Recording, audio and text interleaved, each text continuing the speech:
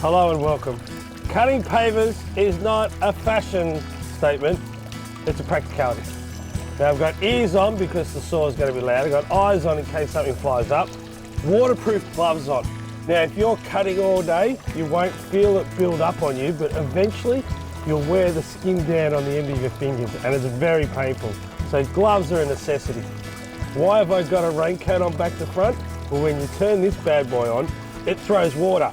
That water goes straight down the front of your raincoat where you either have a zip or buttons, and it eventually gets in. So I know I look like I'm going to a crisscross concert, but I'm actually going to cut a paver. Now what you do is you mark it. I use a texture. You can use a pencil, and then what you need to do is turn the water off, give it the lightest dry run, which means you're scoring the paver. Then you can turn the water on and cut it. Why do you need water? It cools down the blade so it lasts longer. If you run it dry, you're putting all the dust into the atmosphere and you're going to endanger a lot of people, plus the saw's only going to last a very short amount of time. Now I use a texture and for good reason. It means I can leave the water on, it's a lot quicker, it's a lot permanent, it's not going to wash away, and if I do the cut and there's the slightest bit left, I can just rub it off with another piece of off-cut. It works just like sandpaper.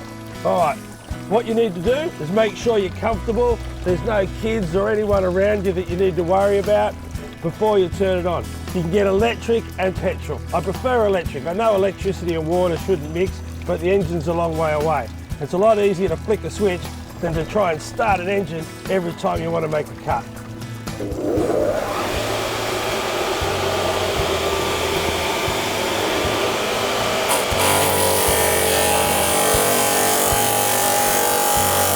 Let the saw do the cutting. You don't have to use a lot of force to get through it.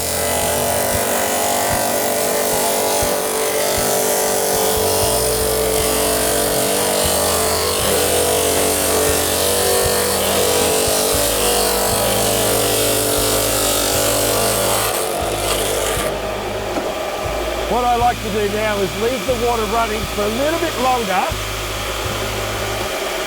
and just give my cuts a wash off. That means when you go to lay them, they're not going to dry and have a big dusty film over them.